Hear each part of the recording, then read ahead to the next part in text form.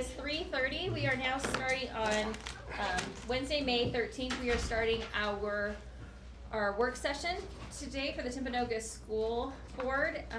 We are meeting in the upstairs conference room at the technology office. We are going to turn the time over to Peter Glon and Cindy Davis for a presentation on teaching and learning at the secondary level. Time is now yours. Wow, that was faster than I thought. Well, thank you for the invitation to be here. I'm, again, Peter Glon. I am... Peter what? Peter Glon. Glon. Yeah. Pretty soon from American Fork High School, I'll be Peter Gone. Because, and that's my current position right now. And so I apologize if any of this is not perfectly done. I've kind of been scrambling and putting this together as soon as we could. Cindy Davis, if you guys all know, Cindy has been hired just recently. Neither one of us are actually, we've had Current district. yeah, we just have, we're not doing this job, but we are doing this job anyway. And yeah, Cindy's just been incredible. When she got brought into this school district, it has been like that scene in Annie when everyone's like, we got Annie. It was like, we got Cindy. And people dancing, like the well-respected teachers would be like, how did you do that? And I was like, leadership. No, we're so grateful. That's David Smith. We're so grateful to have her here, and also I said something funny, not about me, just something in general. But a lot of people have helped us with this, especially Dave Maurer. He helped us put together some of these numbers. It's bad, then I didn't do anything. That's what let me say. If there are any mistakes, please direct your questions towards Dave. So we're going to start out, and I just want to thank. Well, first, artificial intelligence that helped me with some of this, but then I was like, no, we're gonna make this right. So I asked someone else to make a Canva presentation. So that's just no, it was a human being, Belinda Talilia. She's amazing. So she put this together. Belinda. She needs some. She's awesome. She needs a shout out. Belinda. Oh yeah.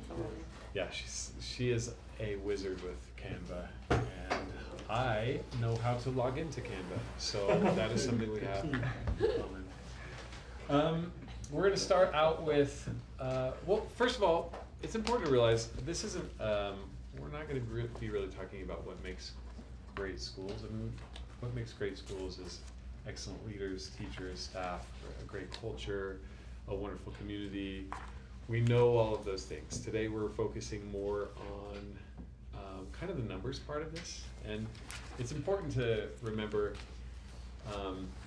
we'll be talking about numbers in buildings, and these buildings aren't just buildings as well. They are community centers, especially when we're talking about high schools, and they do more than just the few things that we're talking about now. They are pieces of a community that are important. And I was just at Mountain View High School yesterday, and I got emotional because my son was singing up on stage, the same stage that I sang on. And it just was so special to me and emotional. So when we talk about these things, we are talking about numbers, and numbers aren't always emotion, but we're talking about human beings, we're talking about people, and so that's an important thing to come through here. But we'll be taught mostly, as you see these numbers, we're doing this to kind of give you an idea as we so that you can have the best information possible when you look at schools. I will also say that there's no real book on this is what works in schools and this is what works in schools. As we know, education can kind of be a soft science. There's several variables that go with what is working in one place versus what is working in another place. So that being said, we will move on now to funding baseline versus actual class size. So this is the reality that we have now in Utah, or at least in our school district. I hate to be the person who reads this slide, but just for clarity, while funding levels are set at 28 to 1, that's junior high, and 28.5 to one at a high school. The functional reality differs significantly. So when we were talking about an FTE, full-time equivalency, that would be 6 periods that you ask a teacher to teach, and these are 3 on one day, 3 on another day when we're talking about the AB schedule. And that the idea is that full FTE is 2 prep periods, so they have time to plan for those other days. It's kind of crazy when we think about if you just give someone an assignment and say, all right, I just need you to do something super engaging for these new people every single day, you know? And You're in the entertainment and so industry. and we're gonna pay you up to this much, so the prep period is good. They can sell that, and we can talk about sevens in a little bit, but approximately 25% of faculty is on prep during any given period. And then there is, Question? yeah, Can you explain to me why they set it at 28.5? How do you get half a child in there? And why don't they just go all the way to 29? I cannot. Can someone else explain that? I can. Yeah, Jason? Well, and it's changed in the last it was about 4 or 5 years ago. The high school and the junior high were on different. An FTE for high school it was apples and oranges, because the junior high ones, it included the 7th period and productivity. So those, it was like 29 and 36, but they weren't equivalent. So we brought them into almost alignment there. So now it's,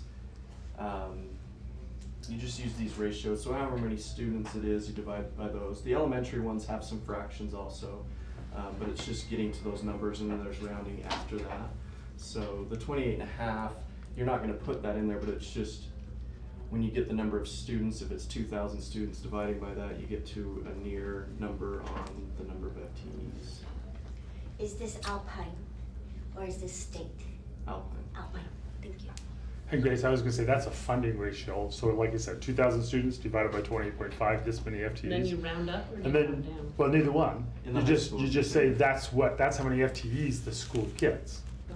2,000 divided by 28.5, okay?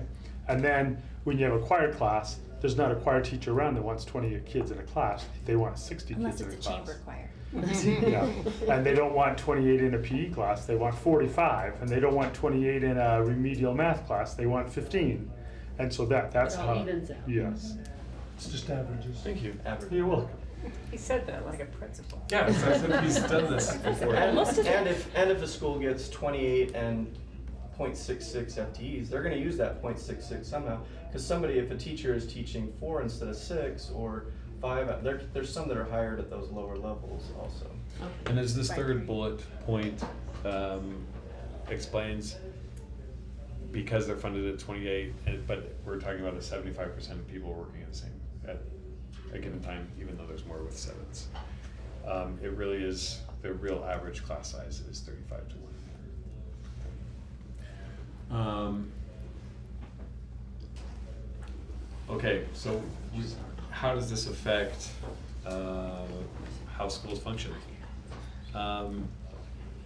So here we have teaming model, we have staffing minimums, we have subject clusters. As you can see, core classes drive school structure. Effective teaming requires groups of teachers to share students and collaborate across content. So when we're talking about robust schools, it's really nice. Well, it's nice for the clientele, for the people to be able to choose teachers, but also it's nice for those teachers to have someone to collaborate with. And it has been nice in our large school district for teachers to, we can call them singletons. These are teachers that they're the only ones in the building that teach. Drama, choir. Yeah, or even if it's like, I taught sociology. I was the only person in my building who taught sociology. So I collaborated with someone who taught sociology at American Fork High School, those singletons, and that helped. You had that person to have that. It was crazy how, once I found that person, how the effectiveness of my teaching went up. It was like finding out a new world in many ways.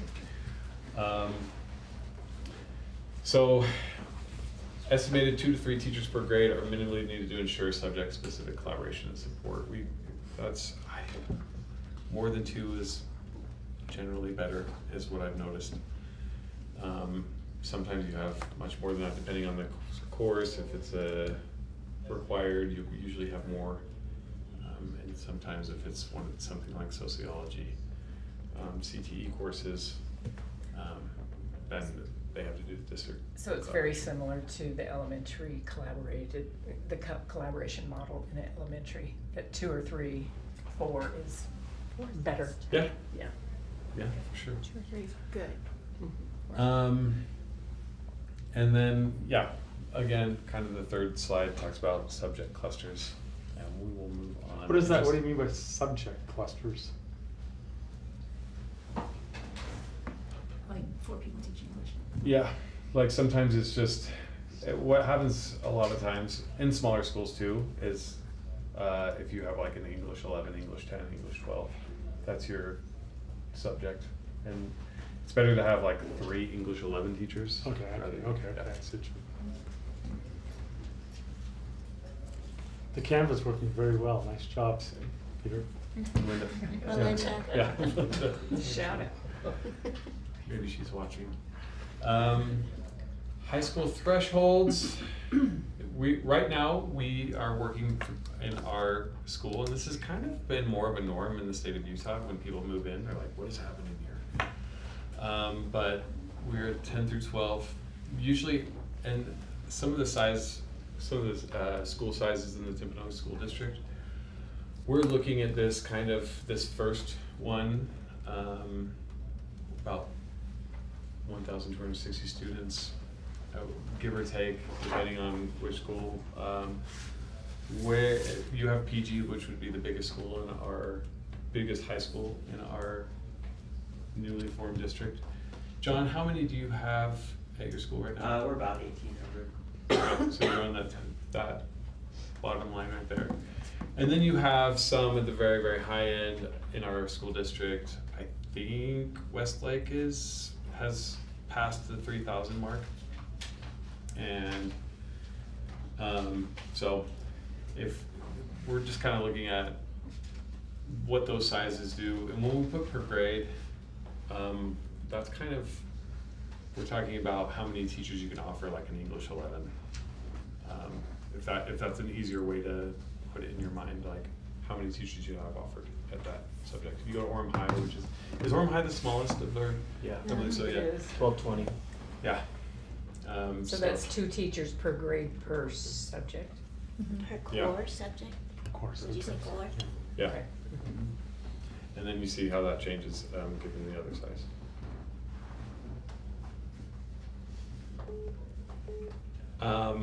With the 9 through 12 configuration, that's just had the change in numbers. And so that's something, we want to put that out there because that doesn't really change the configuration because you have just an extra grade, and it doesn't change the configuration of how many teachers you have teaching each core subject. So. How much collaboration is done cross grade? So you've got so that's maybe 2 English 11 teachers, but is there collaboration within the English department? So like 10th and 11th and 12th, do they collaborate together much? Generally, and John, maybe you can speak up on this one, but generally, your more effective teams are like Specific, grade specific. Now, what we've seen is sometimes you add, like you have I keep saying English 11 just for simplicity. You have an English 11, you have another English 11 teacher, and then you have English 11 honors, and sometimes there will be some movement there. Whenever there's any kind of like collaboration between grades, it's generally, and you would call that vertical collaboration. Mm-hmm. These departments are pretty close, and so there is some definitely collaboration between that, but they don't do it by teams. They don't say we're the 11 to 12 team. Okay. But they'll kind of meet, and sometimes there's different subjects like mythology, and I'm staying in the English realm, where you'll have teams that will meet periodically to make that happen, because mostly those teachers who are teaching more than one subject are spending more of their time with their core classes, if that makes any sense. John, do you wanna? No, I think the teams that are collaborating with the PLC research and answering those questions, there's so much work to do with the grade level teams, like in English 11.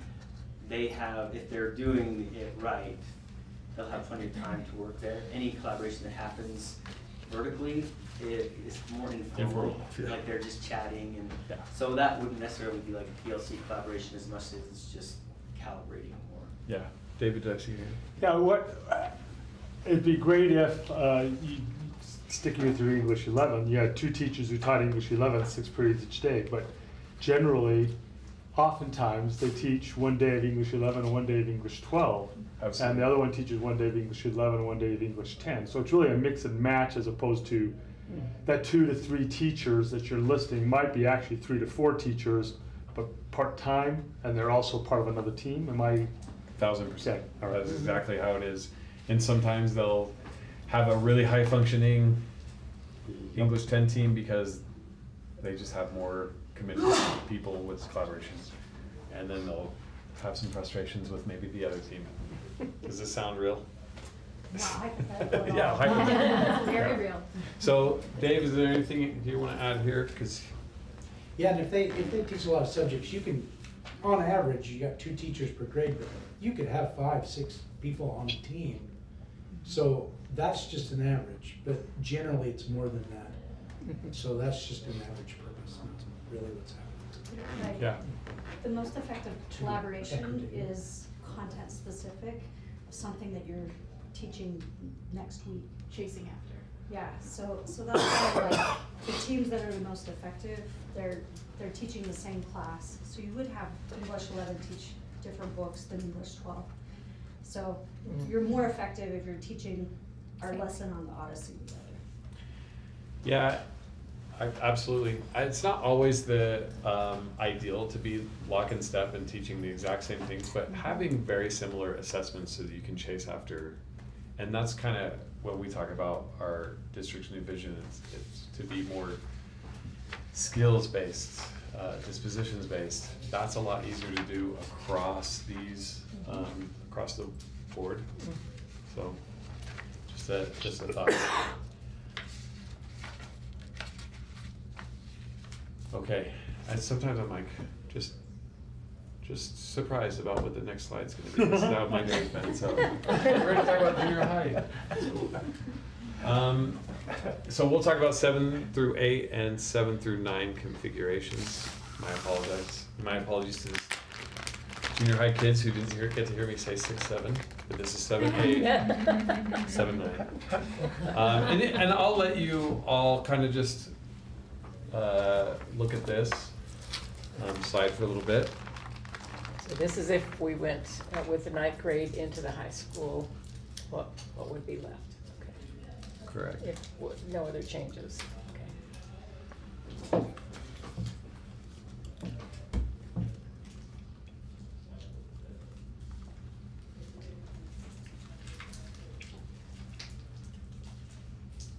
And if Dave wants to chime in with anything. No, I'm good, thanks. Oh, you're David. Okay, that's our distinction here. I'm not making that mistake again. You did that.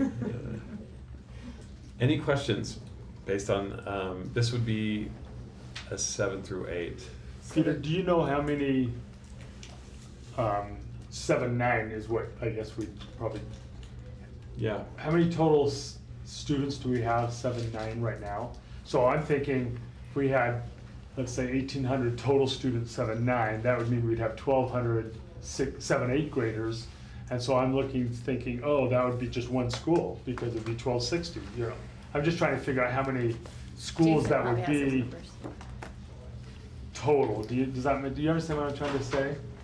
I'm trying to figure out how many schools we would leave, how many junior highs would be open if we had 840 students per junior high? Oh, yeah. 7, 8. That's a good question. Middle school. We have we'll get into like individual schools here in a little bit. We have them in the packet. You can kind of see some numbers based on that. And so we'll be able to get into that, soon. What, did you say 7 and 8, David? 7, 8 would be great, because that's what we're talking about. 7, 8, there's about 3,750. 3,750? Uh-huh. Kids, okay. Across 5 schools. Say that again. Across 5 34. schools. 3,750. Divide that down by By 4 4. would be 940. By 4, By not 4. 5. By Not 4. by five. Divided by 5, then it's 750. Interesting, thank you. 5 and 750. But that's for 7, 8. Great job. Hey, kids at home, you are using that math in your real life. When you're There still you at the go. school board. Yeah. All right, and this would be 7 through 9. This is kind of. And they're all like this right now, correct? In our Yep. district? Yes. All 5 of them. And yeah, I think we'll be able to get into like exact numbers as we have So sheets of each school. 3 teachers per grade is considered too large for a junior high. Why is that? I think 1,900 is just a ton of kids, and That's the problem. that's Kate, how would you 658 feel 7th having graders, 18? that's a So lot. collaboration isn't And- worth Yes. going to that high. Yes. Yeah. Well, it's also, again, those are 3 full-time teachers, which usually Oh. you'll have them teaching half 7th grade, half 8th grade or something, which means you might end up with 6 or 7 or 8. Got it. So it's optimal to have 2 Does that make teachers sense? per So grade. then it can end up being too big of a collaborative team, So 2 teachers per grade is the optimal. the average, yeah, which Yeah, means. but I don't know if our We're- buildings are built to accommodate Yeah. that many kids. As Well, it's the The- decibel levels that I worry about. Have you been into one of those buildings? Just today, actually, I got stuck in the middle of a cross section. Isn't trying to it go fascinating? through Orem Junior. It Yeah. was Yeah. fun. Yeah, it's I love class it. change. Saw your wife. Yeah. She's Yeah, awesome. I don't get I get asked how tall I am every time I go in there. Just kids, it's just like a different energy. I love it. So, Those numbers I gave with the 7th and 8th, that's for this current year we're in. So if we look at our first year of operations, it's projected at 3522. And then 2 years after that, it's at 3290. Oops. So this is 26. 7 and 29. Decline. So that first one was 25, then 27, Continue to 29. go down. And when is it gonna even out, or is it gonna keep going down projection wise? When? Make Great it stop. question. They say 10 years, economists say 10 years. It will Economists be a years? consistent decline for 10 years, and then at 10 10 years, they say it will come back. 10 more years, Mhm. well, or 10 years total? 10 more years. So For- for us, Timpanogos, it'll be For all 10 more grades, years. or just junior high, high school? How? For, the birth rate is consistently declining. So it will And take- so they're anticipating, and then after 10 years, they anticipate it It will might go start to up. go. starting from K. But that's, Uh, as we discussed today, you know, we'll see what really What happens actually in 10 years. Housing seems to be more affordable. Rates are good.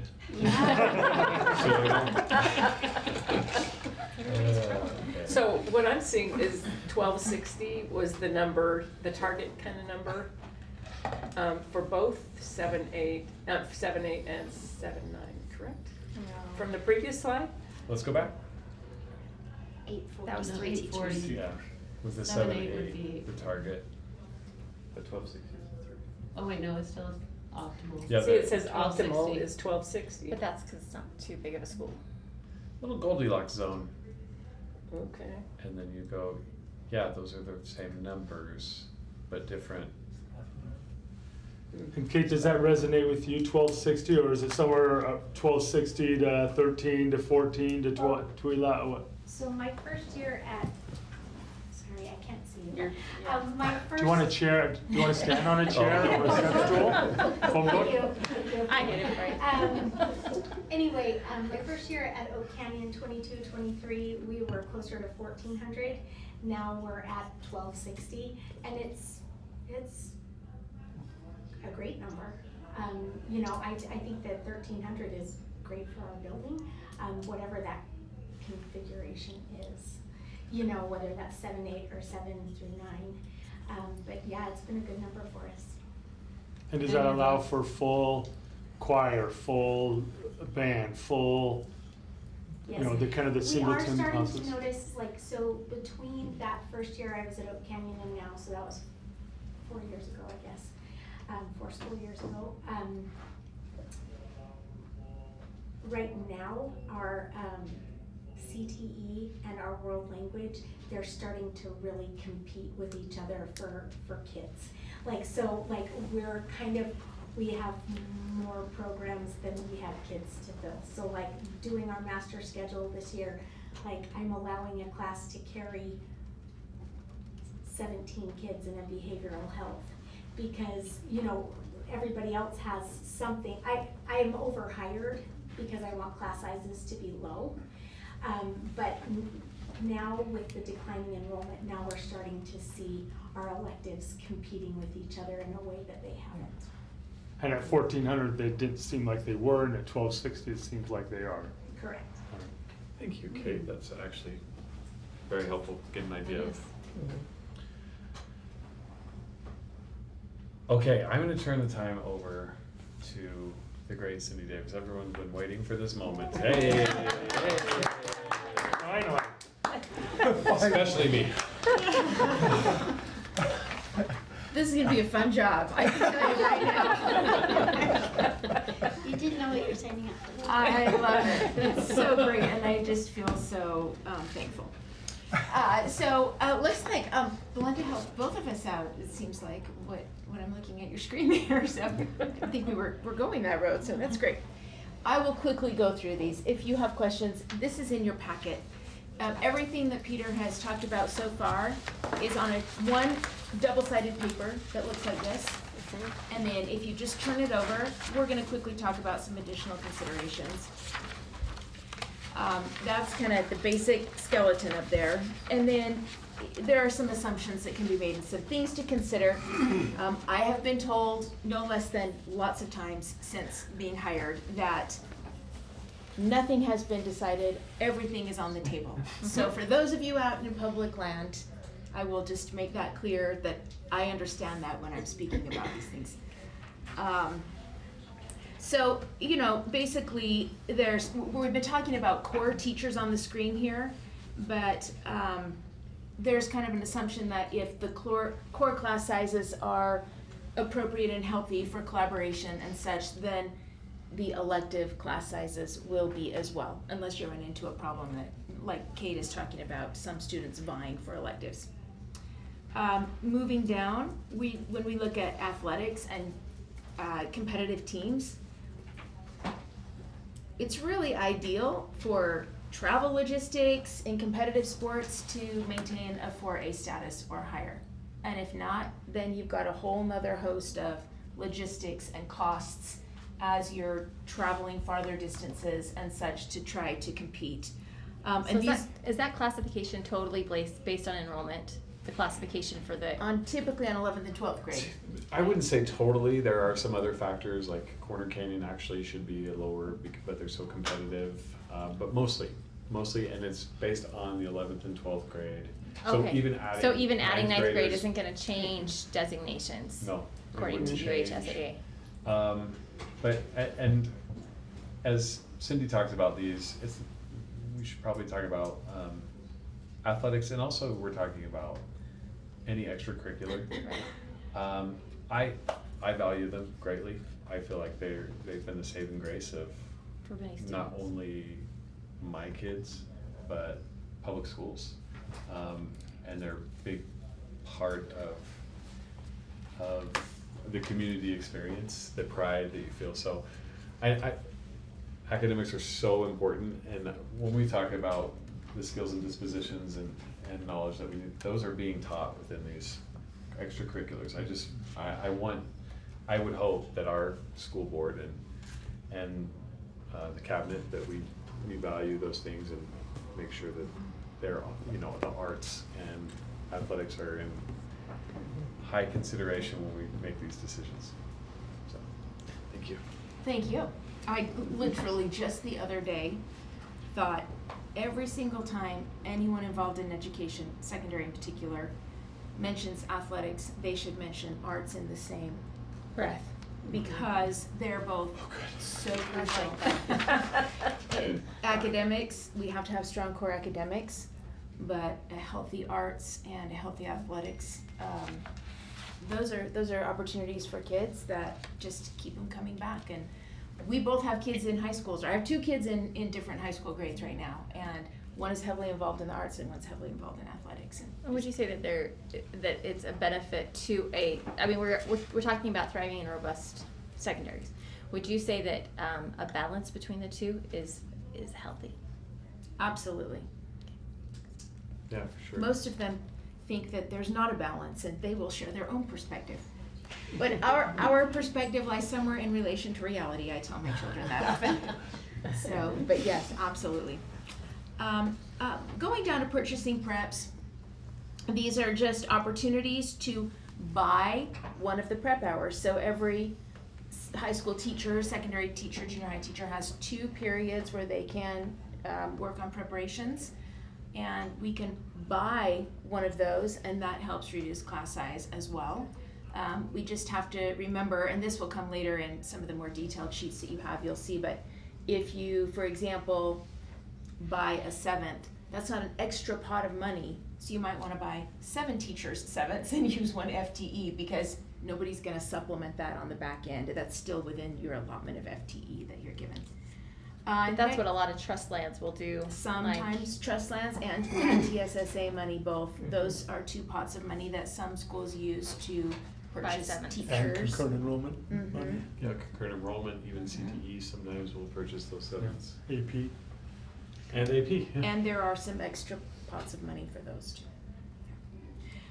On master scheduling and district context, these are baselines that have been suggested here today, but when you create a very thoughtful master schedule, you can create a thoughtful master schedule that doesn't have necessarily perfect or ideal numbers like we talked about above. And just remember, these are kind of baselines and thresholds that are more ideal, but certainly much can be done with imperfect numbers with thoughtful and creative master scheduling also. Can we go back one to the purchasing preps, just so Yes. I understand? Yes. This is something I wondered. So when we're purchasing preps, does that, should that increase the amount of time that it's, so we're paying them more money, so they're getting a 7th more of their salary. So wouldn't they be anticipated to stay, either come earlier or stay later to make up that prep time? No, because you're talking about, I think you're talking about contract time. Mhm. So there's a half an hour before school and a half an hour after school. And when you buy a teacher's prep, theoretically, they're probably just doing more at home on their own time. Okay. So that doesn't change their contract hours at all? Correct. Some school districts require that, like my understanding is NEBO, if they buy a prep, that means that extra hour and a half, they have to extend because they're getting paid twice for that. There's some people whose minds think that, myself included. But generally here in Alpine, it's been from contract time to contract time, and if they buy your 7th, that's just what they do. Okay.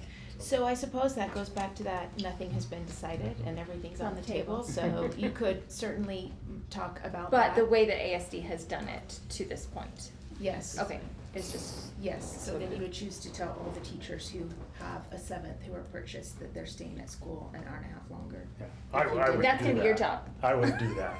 I'm just saying that my mind has gone there at times. Is this a opt-in or is this an ask? How does that? It could be either, but my understanding is nobody would be forced to teach an extra 7th. It would be an option for them. And many educators want it. Yeah. Because to be able to earn extra money. Yeah. And many of them don't. Yeah. Yeah, it just. Yeah. In the years that I taught at Oak Canyon, we were on what used to be called a productivity model, and so most all of us had taught an extra 7th. But then that changed, and several chose to keep it, and several chose to go back and take the prep time. Is that considered part of your base salary, that 7th, or is that? It's in addition It's to a their base stipend. salary. It's, okay, so it's not, Stipend. okay, it's like a If you look at the Well, it kind of- paycheck, it's not really a Yeah, stipend. it'll It's broken say out. full-time and But it's it'll not- break it out. it'll separate Yeah. it, okay, all right. It doesn't change anything with payroll though, right, Jason? It would just be all lumped together for, as far as social security, payroll, tax, all that. It's not like a bonus or overtime, like it's No, not taxed. It's instead of being a 1.0, they have an additional 0.14 Okay, FTE. okay. But all of that extra gets taxed and goes towards their URS, their retirement. Okay, thank you. But is it Sorry true, to you hit on still that. save, if you have many teachers who are doing that, you save on insurance costs? Correct. You're Oh, able to, yes. if you utilize, the principal utilizes the sevens, you cover more, you have more periods to offer the same amount. Cause you can give 7 sevens from the 1 FTE rather than, cause if you give an FTE, it's for 6 periods, but given And there's no that- insurance attached to that FTE, Correct. correct? But this school doesn't save that at all. The district. The does. district does.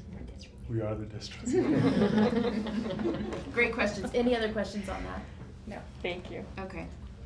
So let's go down to the deeper learning. From a deeper learning context, you hear people talk about singleton sometimes and collaboration, and I don't have a lot of other people that teach my same subject. Perhaps you're teaching one special CTE area or something of that nature.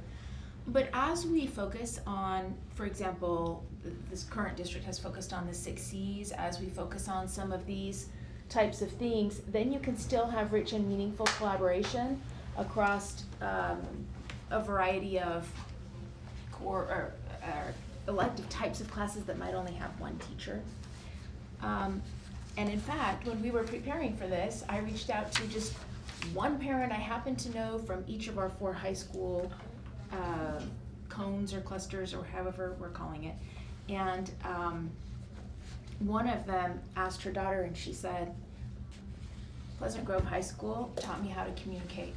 And that's what I think is important in a robust school. And so that would certainly have crossed multiple areas of elective and core. And so you can do some cross collaboration even if you don't have the ideal that we talked about at the beginning of this presentation. Any questions about that? Did you learn anything else from your? Yes, I learned lots of things, but Okay. they may not all come up in this, but I certainly will add that feedback to the Great. many meetings that you all are having and the feedback that you're gathering from parents and teachers and such. They were interesting. We actually have a couple content specialists here. Have you heard anything where, I know that you have some changes in social studies, I don't know about art, but have you heard about the configuration 9 through 12? Is there anything that comes up in your minds? I know, yeah, go. Yeah, social studies has a lot of new upcoming because GovSit is changing to a year.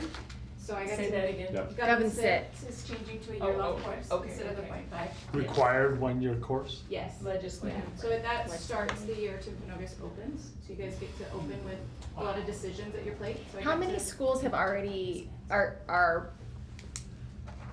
Doing the year? Yeah. 0. Aren't we? The course hasn't been open yet. isn't Emily doing it? He's doing AP government.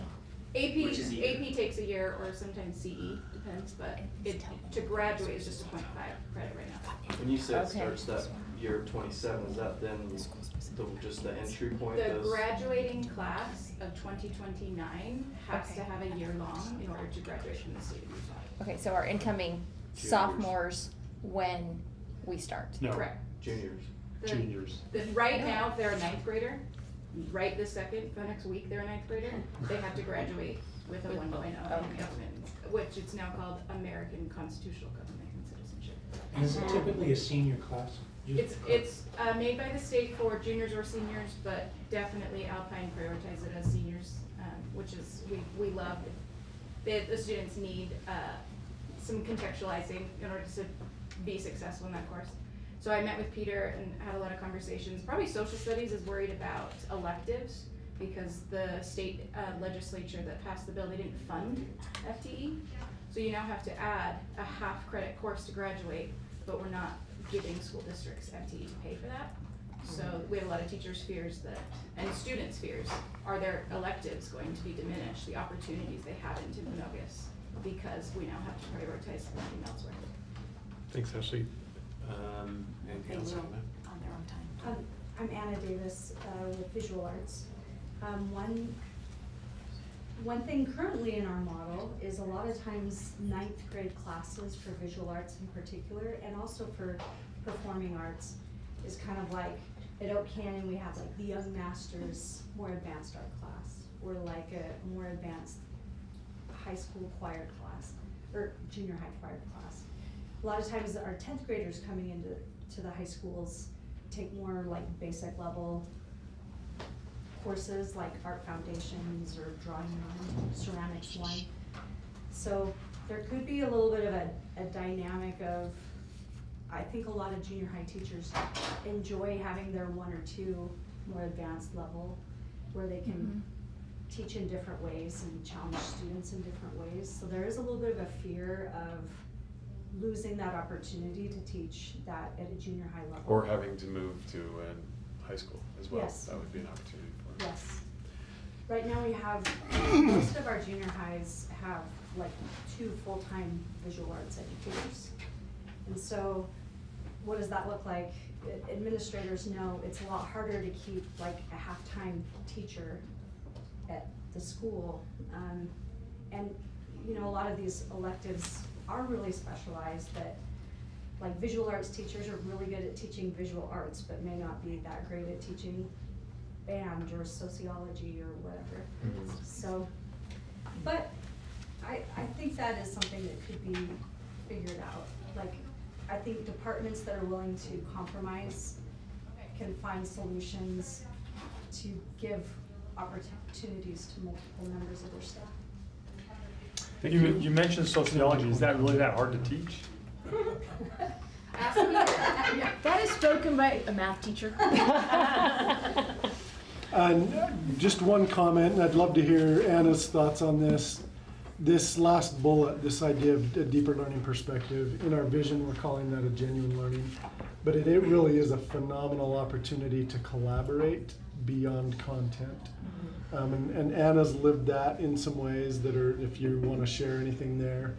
But it's a little bit of a game changer, because in some ways, especially if it's a little bit smaller school, that kind of thing, you feel stuck. And even at what's seemingly a bigger school, Timpanogos High School only had a handful of offerings that are actually have teams, right? Because there's so many singleton offerings, you know, and even in a big high school like American Fork, there's still so many singleton offerings. And so to be able to collaborate around skills and dispositions becomes a really powerful force in a school. And it also says a lot about, if that's what we're really saying we're about, then we get to collaborate around these things, and it changes that. I don't know if you want to talk a little bit about what that looks like in practice. I mean, as a student at American Fork High School, I was actually able to take like American Studies Academy that Fallon taught that combined history and English, which was awesome. At Orem High, I taught for my first 4 years of my career Unified Studies, where I co-taught and we taught 5 different content areas. And it was really, really powerful learning environment for kids. As an art teacher, the last 3 years I've completely changed my grading practices based on deeper learning and from ideas that I got from the English department in my school. So I still record scores, but ultimately I have my students self-evaluate as an artist, what is my craftsmanship grade? What's my communication grade? What's my creativity grade? And so that's an idea that I got from the English department. We just went through a Content Leadership Academy where we had the opportunity to meet with teachers all across content areas, and there's so many things that we can learn from each other. So it is really helpful to be able to like use collaboration time to be ready for your lessons the next week. But I also do agree with both Cindy and Peter that deep learning is a powerful thing that can really drive learning, and we can get a lot of different ideas when we're not always siloed. Thank you. Let's get back to the numbers.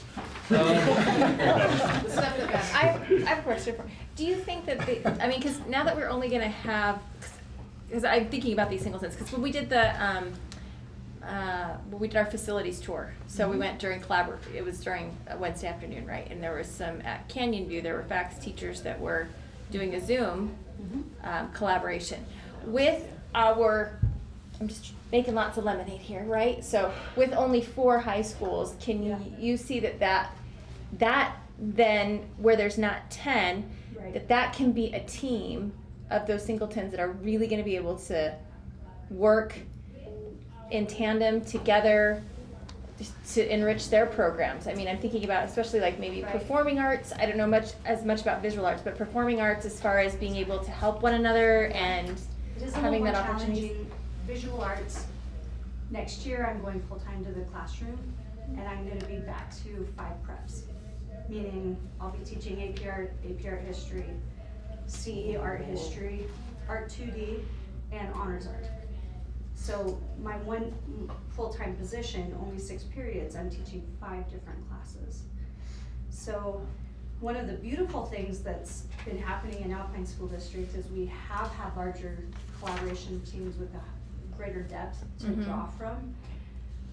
Right now, you know, we have 2 full-time ceramics teachers, but at Orem High, the ceramics teacher also teaches AP art and printmaking and honors art. And at Mountain View, the ceramics teacher also teaches like concurrent enrollment art and AP art and honors art. So they're on the AP art team. So they're spread thin. so that it does become a challenge with our more specialized blended teams to figure out what that would look like. Honestly, my visual arts teachers are hoping that we can still collaborate with maybe at least Aspen Peaks geographically. And we don't know what that will look like, but that's kind of what we're hoping we can continue to do. But we'll just have to see how the chips fall. And we hear the word art a lot, but what she sees is several different standards for every single class that have to be taught, and they're all very different. Yeah, So- I recognize that. It's not just. Yeah. Kate, did you have David? something you? Oh, Yeah. sorry. Sorry. I was gonna say something about the collaborating on deeper learning. When you were talking earlier about whole departments collaborating, we do some of that in addition to the team collaboration, but when the department is collaborating, it is on 6C stuff. It is on those skills and dispositions. Each department has a deep learning goal that they've articulated together, but the teams within that department are taking that deep learning goal and making it more customized to their particular content and standards. Where I was an elementary principal for 11 years and our teachers taught all of the subjects, you know, that integration component as well as, you know, those universal concepts, that's something I've been trying to bring into Oak Canyon. And I mean, like, I think you're onto something there because, you know, it's been very powerful that way. So we're kind of best of both worlds in that context. David? So you asked about collaboration within our new district. I know that in some subjects, Timpanogos, Mountain View, and Orem have been doing that for years, specifically life skills, which isn't as complicated as art in some ways, but it's just as complicated as art in other ways. And they'll just add Pleasant Grove to that mix, and now it's a group of 4. And the five junior highs likely will do the same with the life skills and collaborative teams that look like that. Speaking of teams, I'm gonna transition us, if that's okay. We're gonna move to this resource inside your packet. This is Can I ask one more question before we go to that part? I'll allow it. Thank you. We looked at school size of 1260, and Kate said that there's a little bit of competing for World kids. languages and Yes, and that at 1400 she didn't notice that. Is there a number for high schools that is like, yeah, we can survive on 1260, but it'd be better if it was 1400 or 1600, or does that make sense? I think this this will help because this Okay, graph thank you. shows the offerings, and we'll jump to that because I think in some cases, yes, David, but as I was saying at the beginning, sometimes it's the teacher that attracts the people to the topic. I mean, the teacher's the That's most so important true. variable Some here. personalities involved. Yeah, sometimes you can have, we have things at my school that Mountain View is much stronger at. They're much smaller than us, but that's their thing. And so, or they have a really dynamic teacher there, and then vice versa, you know what I'm saying? So, but I think there's a little bit, kind of a sweet spot, to be honest with you, and I think John has something to say Yeah, about that. John, I go ahead. think the for us, so we're just under 1,800, and I feel like that's a little too small. You just, We're We're fighting just over, with aren't each you? other. Just over 1,800? It depends on who we ask. okay, so you're at 1,800 Let's and say you're just 1,800. under that. So to me, that's, we are competing for electives right now. So we tell a teacher, we want to carry this class, recruit kids, and they recruit kids, and it takes away from another electives class. So where the sweet spot is, I think that it's complex where the sweet spot is, but for the number, because it depends on how many electives you're offering. You know, if you have 10 electives, then there's not much competing. If you have 50 electives, it gets more complex. And so for us, the number of electives we have, we are too small right now to be able to fill all of those elective classes. So then the question becomes, do you fund smaller class sizes to keep the class, or do you cut the class, reduce the options for students in order to maintain higher class sizes because it's cost effective? Thank you, John. Can I just follow up on that? Yeah. So on that, would it, and PG's been declining and is projected to continue, so that won't go away, but if that same thing, if instead of 1,800 it was 2,000, that makes it better. With that, if it's ninth graders that make it at 2,000 or 2,200, does that help that, or does it not change that? I think it helps because you have elective classes that then become available to ninth graders. Not all of them, of course, but there would be some, you know, ceramics is a good example, where you could then have a ninth grader that took a ceramics one class that could be offered by the ceramics teacher. And then the ceramics teacher would have a schedule with more students, whereas and now we're just drawing from 10 to 12. So it kind of depends on the elective, but generally, yeah. Yeah, I think it's probably important in that vein to mention too, there is some concern from ninth grade CTE teachers that their funding will be taken away if their ninth graders take it. So that's an important thing Consideration to around that. consideration. I think there's some hacks around that, maybe, possibly, but I'd like to hear them. I would like to hear them as well. Someone mentions, no, there's something you can do to that. Jason, you know any? That magic wand? I thought you were just gonna say you would find that out. Oh, I will find it out. But on this sheet, if you kind of look, it just shows the enrollment numbers at the top, and then the number of elective courses, number of CTE courses, and these are the TSD schools, and then we did comparison, which is like, we'll start with the middle school side. Very large middle school and the large middle school. SCMS, I believe, is the new Sage Canyon. Sage Canyon Middle School out west. Ryan Jolly. And then AF Junior, it's a very large feeder to American Fork High School. And then as you look down, it says number of AP courses. You'll see, sometimes you'll see two numbers. The number to the right of the dash is the number of teachers that are teaching that. Can I say something?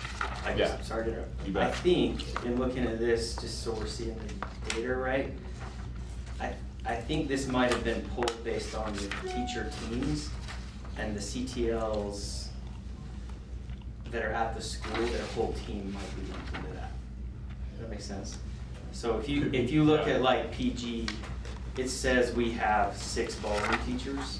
Oh. But we don't. We have the ballroom CTL, who has a team of 6 teachers across the Okay, district. thank you, yeah. So that- in some of those electives, it might be a little. I thought you guys were just With the core. You And just- APR, we've got eight APR teachers. Dancing with the Stars magnet school. John's right, those were submitted by coaches, so how are the coaches? Okay. So it depends on where the CTL is housed and those teachers are, Maybe what that's it looks like accurate. associated to that. And then if you flip it to the other side, you'll see that the high school's kind of What's similar. CTL? Career. Collaborative team leader, some people say curriculum team leader. Some say content. Content team leader, course team leader. That's why we all kind of laughed when we. They serve more than just, Yeah, I mean, you'll have 30 plus CTLs in your school, just half of your school. So sometimes you have a team leaders. CTE, you have a 7th grade English CTL, you have an 8th grade English CTL, you have a 9th grade English CTL. And so if you have a ballroom CTL, they have teachers from across the district that's right. that meet together. But one CTL housed at PG High, but overseeing or facilitating collaboration of 6 teachers at different schools. And then why, also with the 9th grade thing on the other end, raise your hand if you've had to take one of your 9th graders to the high school for one class. Okay, it's very common, we probably have 80, oh, I should say probably have. We have 86 9th graders coming to our school for one period right now at American Fork High School. That's we have a little 2,200 about. Mine's one of them. It's, yeah, it's usually athletics, but not always. Sometimes it's offering like certain AP classes. DLI. DLI, continuing. continuing. Yeah, that's right. So just, that's a consideration, one of, a convenience that would be in combining I'm trying to give all sides the whole picture. And Cindy's gonna go through some of these other resources that we have in your folder.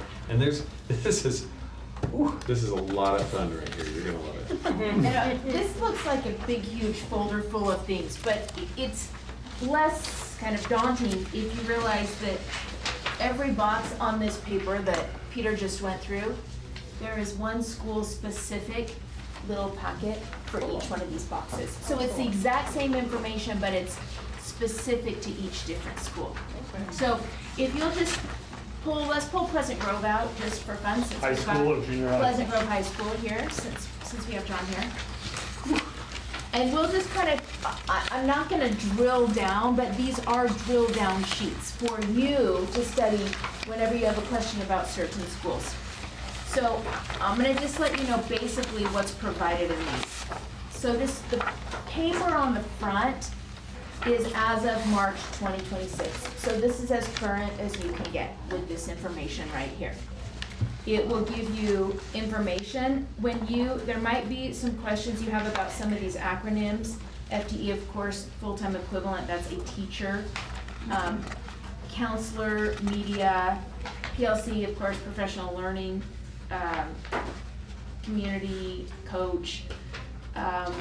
This ELD, FTE, those are for our multi-language learners, and that's a class for our multi-language learners. And then you can kind of see how the numbers fall out to the bottom.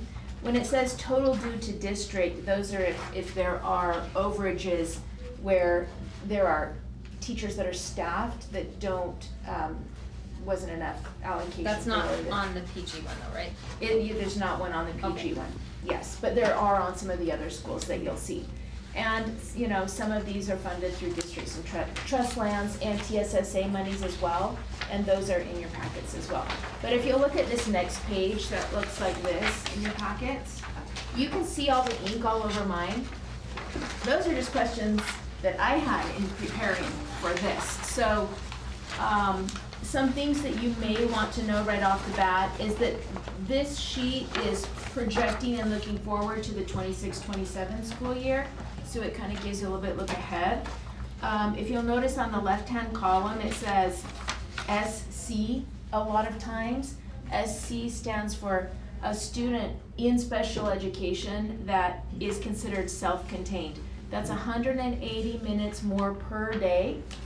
So if a student for example, has a resource support in special education, but it's less than 180 minutes per day, they get one general ed WPU and one special ed WPU. But if a student has services that equal more than 180 minutes per day, both of the WPU go to special ed. And WPU is A weighted pupil unit, which is the amount of funding that the state gives per student, and this year it's under 5,000. It's remember off the top of your head? 4.8 It's like something. 4.8 something. So a student in special education would get the 4.8 general ed and the 4.8 special ed, unless they have 180 minutes or more, then both of those will go to special ed.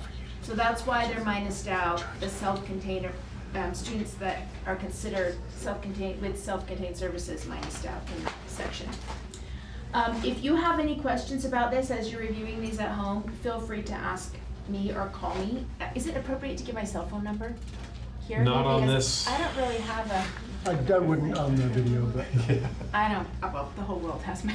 You guys can text me, I can give you Sydney's number. Okay, sounds great. Jen will get you my number.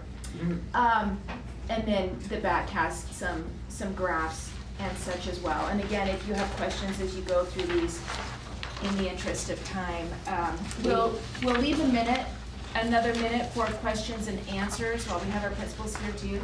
And then I have a conclusion that Peter doesn't know about, but nonetheless, it will take a few minutes.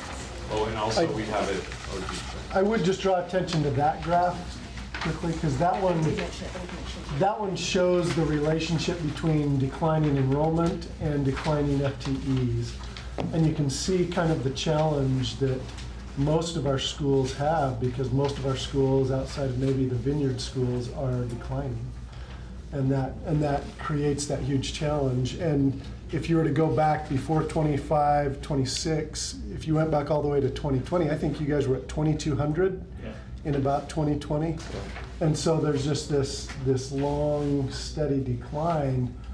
And that's one of the reasons that that's one of the main reasons we're looking at boundary studies and looking at what's a robust high school, what's gonna be the best configurations over the next 10 years. All of that kind of thing, because it really does create challenges there. And some might think that that graph is due to school choice, and that is a bit of what it is, but I heard an economist just a couple of weeks ago say mostly this is because of declining birth rates, and it will continue. And the charter schools are experiencing the same thing. Well, and it's the affordability on this part of the county too. Younger families have a harder time buying homes. And they will experience the same thing, however, they are on a bit of an incline because of online offerings. True. So their online schools, we can talk more about that, but yeah. Okay. Jason, what is the hold harmless? Because ASD offers a hold harmless currently, right? Because John's talked about that in our SEC meetings before, so can you explain that for the board to understand? Yeah, so let's stay on this page would help the PG high school one, and if you have questions on these, like, I've worked with these for 10 plus years, so a lot of these I know kind of inside and out, but right here, it's interesting because right here it says a 1 year hold harmless of 54 students. But right here, where it says the negative 2.85, somebody may say, well, why are they losing 2.85 if they're being held harmless? They're going down 54 students next year. Why are they losing any? But it's a kind of a catch-up from the year before. So right here, it also says Pleasant Grove High School had a hold harmless in FY26 for 71 students. That didn't rebound, so that 71, they're losing the FT. Plus, right here where it shows last year's projection, so last year's projection for October 1st was 1811. We came pretty close on the projection. We only missed it by 13, but it was 13 less. So the 13 and the 71, when you put those together, that's equating to the negative 2.85. If there wasn't a hold harmless, if all of a sudden the hold harmless went away, it would be the minus 2.85 plus the 54 students down. It would be another almost 2 FTE going down. So. But the hold harmless, I think it's a good thing to be able to keep because it kind of buffers that. Especially if the school goes down and then pops back up. Yep. You don't have to cut 3 teachers and then a year later hire them again. On that, but it also, the funding from the WPU is based on last year's ADM, which is the average daily membership. So even if it's gone down, you're getting funded on last year's plus any growth, but any decline. So it's probably okay. This year for Alpine, the last couple of years, district-wide for junior highs and high schools, about 20 FTEs in the hold harmless, because everywhere, or most areas besides the West, are seeing that. So it's gone up where maybe 5 or 6 years ago, it was 8 to 10 FTEs, but now it's in that 18 to 20. For us, and what's interesting, we actually, for Timpanogos School District, had a little bit less than half of that. Aspen Peaks had a little bit more of that hold harmless. There's some big ones that have happened with AF, High School, and Lone Peak that have had some hold harmless also. Well, and it's because at PG, I know that we've been able to then, like, retirements and have been able, so there's never had to fire, let anybody go because of that. It's been able to, it gives that buffer time to allow nature to take its course, I guess. And this one, the second one that was pointed out, that Dr. Jensen pointed out here with the graph, this is one where before we would just show the 1 year and it's kind of, well, the future is just kind of out there, we don't know. So this actually, it was probably 8 or 9 years ago, Shane Farnsworth came to me and said, can we create something of this? We have the projections for 5 years out. Can we do something here that shows if the projections hit right on for the next 5 years, this is what you'd see in the decline. And of course, it's not always going to hit right on, but it gives principals a way to be able to say, you know what, I've got a plan for dropping from 64 to 51 FTEs because this is what's coming.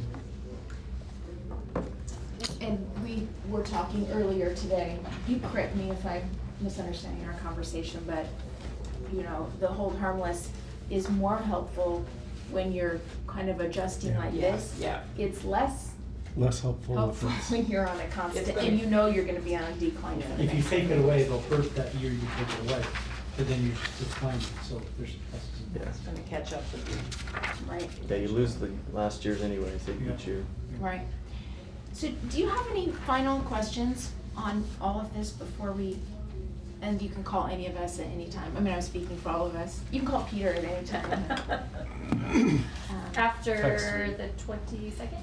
Yeah, Right. yeah, the 20th is for us. but- Oh. So we have a little conclusion, and Peter, I hope you don't hate me, and I will say us because Superintendent Jensen is a co-conspirator in this. Do you need to hook in? Yeah. Can you get off? Hand him your For cable. me? Can Is you- this tech conference? Yes, can he hook in? So, This also- we've talked a lot about numbers, and we were going to talk about several elements that make a robust secondary school, and Peter said, let's just really focus in on the numbers because these are the decisions that are going to be first. Oh, no, please don't. So, Superintendent Jensen and I were talking, the numbers are really important. But there's a human element that makes our secondary schools robust. And you get truly robust schools when you have truly robust leaders. And I happened to be at Mr. Peter Glon's high school night before last. And the choir was singing their final concert, and Mr. Glon came out to the stage, and you'll hear the song. Oh, What you we just won't- can look at the photo. What you won't hear is the teacher telling the group in the auditorium that this would be Mr. Glon's last concert, and that how much they appreciated him as a principal of their school. And he was teary through the whole thing. I'm gonna say that when you scroll social media, research shows that it is 15 to 45 seconds to maintain interest. I'm gonna just ask everybody to take a deep breath and settle in, because this is 3 minutes, okay? Can you just I have not watched this. Can you on just, purpose. well, you get to see it right now. So, will you settle in? Will you take one of these sheets of paper that I'm sending around? These are the lyrics, and Mr. Braun, when he introduced the song, you can take one and send it around. He explained that his dad used to sing this to him when he was little, and that now that he's less little, they sing together. and that this was really an outgrowth of the civil rights movement, inspired by the civil rights movement in the United States. But as I sat in the auditorium and I listened to the song, both Mr. Glahn and the students singing behind him, I was thinking there are so many parallels to education with the lyrics of this song. And I hope, if you don't have a pen, I've brought extras for those of you that are paperless people. And as you're looking at the lyrics and listening to the song, if you will jot down a thought, maybe a moment that you had when you've been visiting schools. You're visiting schools, you're looking at the draft vision for Timpanogos. That's a human part of what you're doing. Maybe there's something that has inspired you about what our secondary schools and even our elementary schools, I would say, what those schools will look like to be robust. Or maybe an experience you had when you were growing up and you had an experience that helped you to arise. You know, on these lyrics, my whole entire life, I've always thought that the lyrics were waiting for this moment to arrive, A-R-R-I-V-E. And the lyric is actually waiting for this moment to arise. And that's what we do in schools. We provide so many moments for students to arise. And hopefully we don't think of a high school graduation as an end-all be-all. Hopefully we're constantly reimagining that as these moments of arising, and then it's a launch pad for students to arise in their lives to what they aspire to be. So does anyone else need a pen? We got 3 minutes, and then afterwards, we'd just love to hear your thoughts. I'm sorry, I didn't have enough copies for everybody that's in the room, but if one of you would like to add a thought in the end.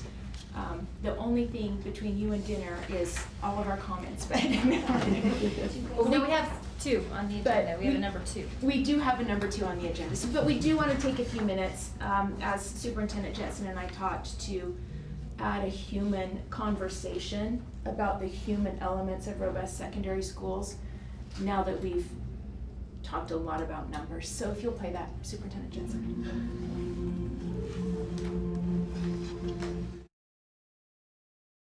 I have to tell you one thing. Can you put it on? This is kind of a quiet song. It's a quiet song. It's a little bit introspective. There will be a point in the song that you will think it's over. It's not over. You'll just know you got another minute to jot down your ideas, and then we're gonna talk. Okay, go ahead. Is it over?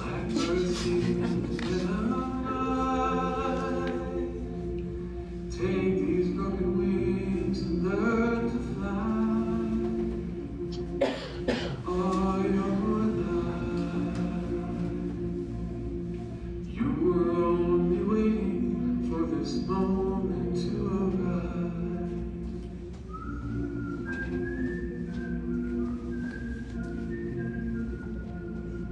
Blackbirds singing in the dead of night.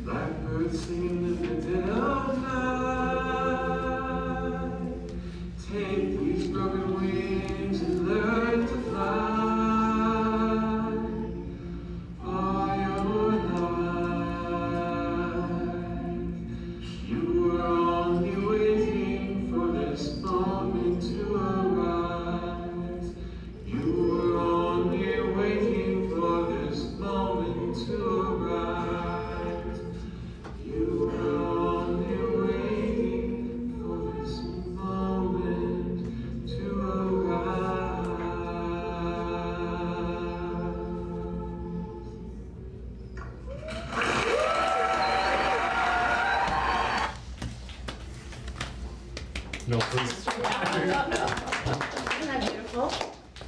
So can we just hear some of the thoughts that you have about either your visits to school so far or experiences growing up?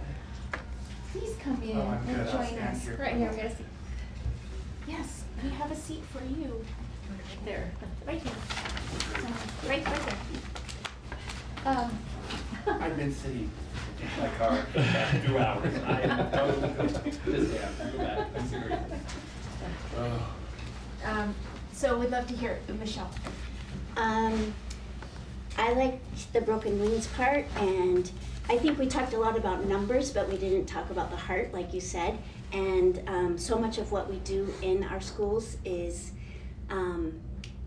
give children opportunities and open their eyes to opportunities. And that happens in the classroom, and it happens with our additional staffing like counselors and psychologists and stuff like that. So I just think that's a nice thing to think about, a human element to recognize. Absolutely. Thank you so much. Others? I like the refrain. I'm already here. We're good.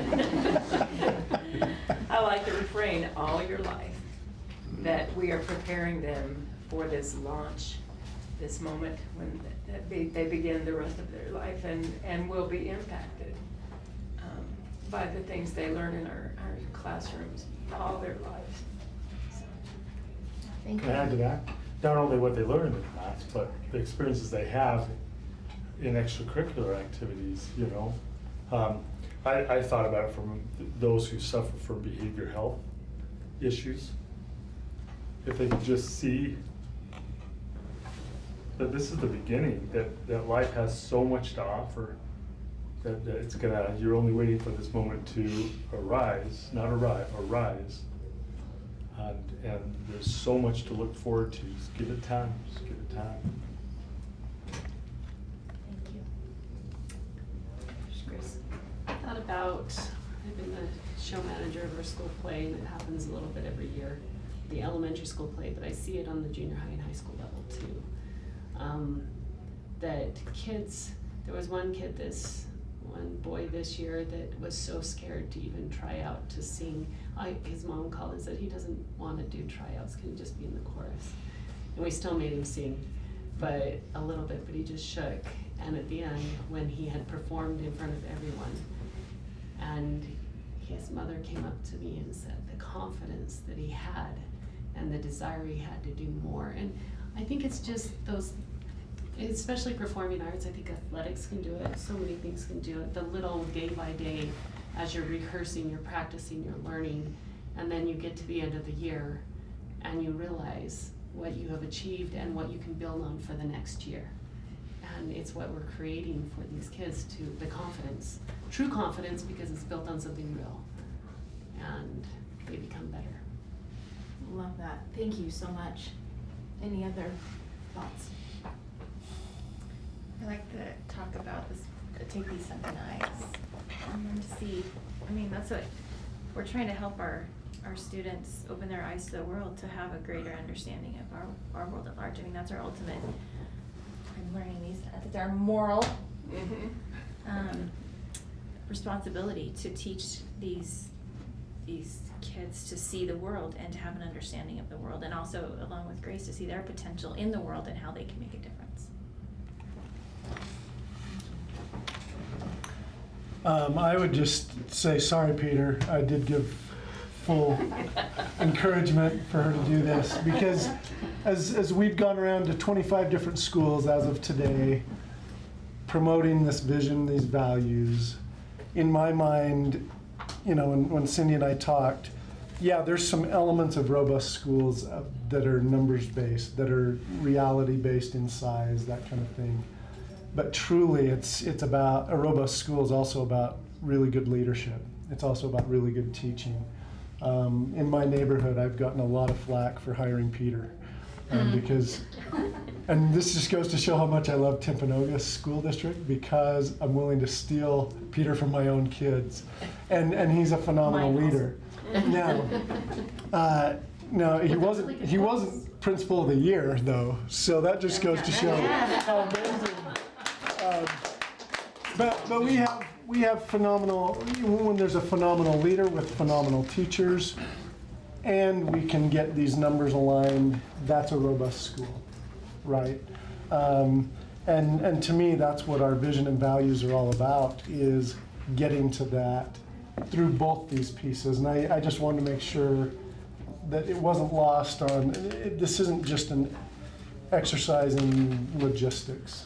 It's much more than that. So, thank you, Peter. From my own kids. My own son Sam called Peter his best friend when he was a senior. He had other friends, I promise you. Being nice. Member Fugel? Okay, so not being an educator, I have to go back to my days at Pleasant Grove High School when I was in the 9th grade. Okay, so I know 9th grade's a work in high school, but it'll probably shock you all. I was in the school play when I was in the Nice. I can't believe I did that. So anyway, it was a lot of fun. Which brother were you in 7 Bars for 7 Pretzels? That would have been a good one there. But I think of all my teachers who that struggled with me, that saw my potential and directed me, you can do that, and especially my coaches. I'll tell you, that was so, okay, we threw a little arts into that, and then we got the athletics part there, but they just, you know, it changed my life. Yeah. And that's where I see it, you know, hey, I was able to finally fly when I left there, so anyway. Love that. Thank you so much. Anyone else? I think, Okay. Principal Ross. the one thing I kept thinking of, one is how courageous that is. I mean, like, you've got a great voice and you get up in front of people all the time. But like the work that we do in the schools, like a lot of times we're standing up in front of people trying to, gosh, I have to be on my best behavior because this is being recorded. Like I won't say the That's words. not but we're necessarily actually- true. You don't have to be on your best behavior. But I mean, like a lot of times, in the words of my dearly departed grandfather, we're pinning a rose on a turd, and we didn't create it. You know, it was not our problem to fix, but at the same time, we do that. And the magic that's in the schools is not contained within a building. It's, you know, as far as like, it has to be in this building for it to be magic. It is every educator, it's every leader that brings their very best to the table on a given day. And, you know, I mean, as we're looking at these numbers, I know my other junior high principals, we are nervous about losing our 9th graders. We are nervous about what that's going to mean for us. I mean, like, our school goals are to have 95% of our students on track for graduation. How does that change, you know, when they're a low man on the totem pole? Like, we have a lot of things, but at the end of the day, we'll do what is best for kids, because that's what we do. And if that's getting up, choking back emotions and singing with kids, if that's doing bus duty, if that's, you know, like whatever that is, pulling chair legs out of the toilets, yes, this is true. You know, like that's what we do, because that's what's good for kids. So, you know, we appreciate the opportunity to be here and to, you know, answer any questions, but at the same time, we'll do what's best for kids. I think that's a perfect note to end on, and I'll just say that, you know, these students that were singing with Mr. Glon, my daughter's in that choir, so they've been, many of those kids, in and out of my home so many times throughout the last couple of years. But I know that they have all been in and out of Mr. Glon's heart so many times as he has led the school. And I'll break your fourth wall. I don't know where these, I think the camera's over there, but I want to say to parents, you know, we share our kids with the schools, and these kids and the neighbors, they're in and out of our homes all the time, but our kids will be in and out of the hearts of these board members and of the teachers in the classroom and of the principals and the counselors and the bus drivers, and everybody who's involved has a piece and can give a piece of their heart to our students. And when my husband and I walked out of that concert yesterday, we talked about the coaches, the teachers, the directors, all of the people who have made such an impact on our children, and they are who they are. Hopefully some because of us, and a lot because of a lot of the people who have held them in their hearts for all these years. So that's the end of our presentation, and thank you for being a good sport, Mr. Blond. Appreciate you. Help us get this right. We want to get this right. Yeah. Yeah. For generations. Yeah. We want to get this right. You can see today, we've got the right people to get this right. And last week, and, you know, this is a together we. Jen's talked about that in all of our meetings lately, that those first two words in our vision, together we, and it's a very broad we, right? So. It's all of us. Okay, does the board have any questions? Should we take a quick bio break? Please. Okay, we'll take a quick bio break, and then we will come back to hit number 2 for a moment to talk about our committee frameworks for our boundary study.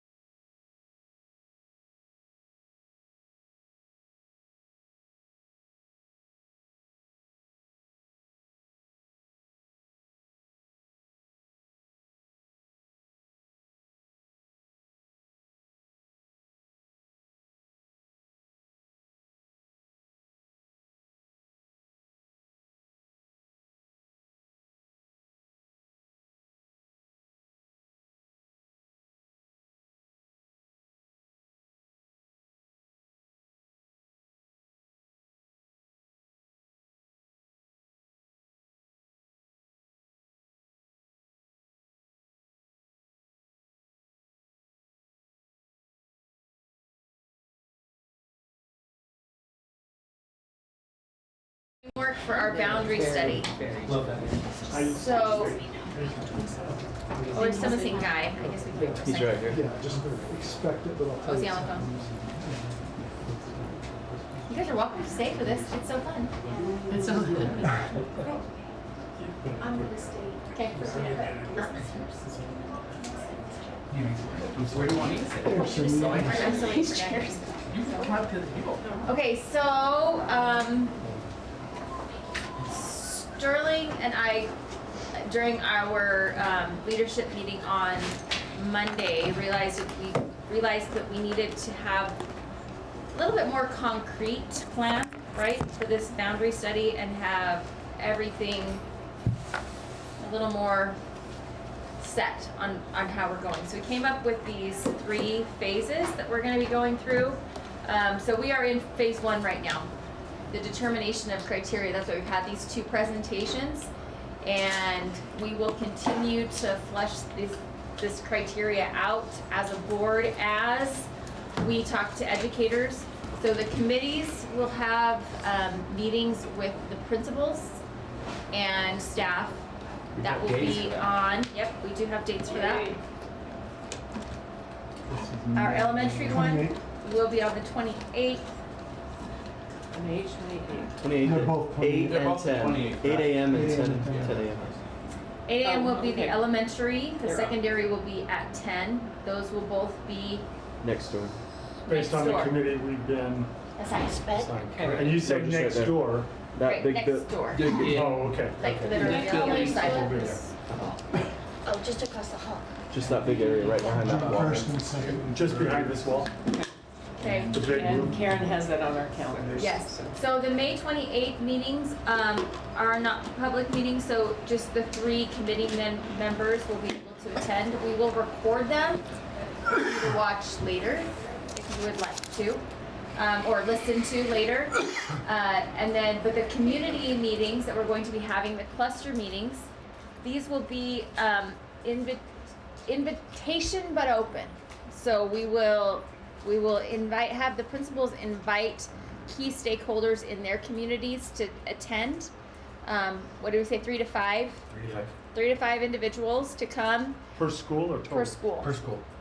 Yeah, so these will be at the high schools cluster, therefore that we will have, staff is going to break out which elementaries are going to which and junior highs are going to which high schools.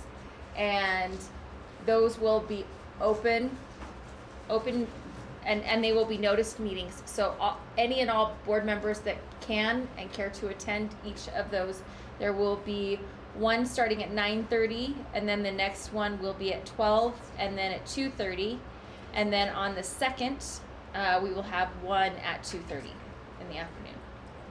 All right. So And it's do we kind know of- what time the cluster meetings are? I just told you. Oh, that's what you're The talking about. 9:30. Okay. Oh yeah. So write that down. 9:30, a 12, a 2:30, and then that a one is a 2:30. And I'm not sure which clusters are which though. No, I don't think we're still working on that. Oh, okay, so that's not identified not- yet. yeah, Okay. Right. we'll work that out. Karen's been Michelle? calling on Do you need any imaging for these? Any digital invitation? Yes. Do you need any, what did you say? Invitation. We're going to have announcement. We haven't thought about that one. And if you want, Karen's really good at that Yeah, too. Maybe she can. is too. So let us. And Tyler's here. Tyler's here. Oh yeah. Yeah, so we will, because I think we probably need to get something out sooner rather than later.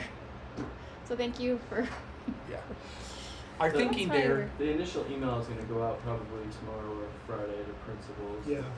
on things. So we've got a draft started and Our thinking, go ahead, Sterling. I was just going to say, our thinking there, the reason why it's both invitation and open is we felt like we wanted to give the principals an opportunity. They know their communities better than probably anyone else. They know who are influencers, their leaders, and we want those who are invested in the schools.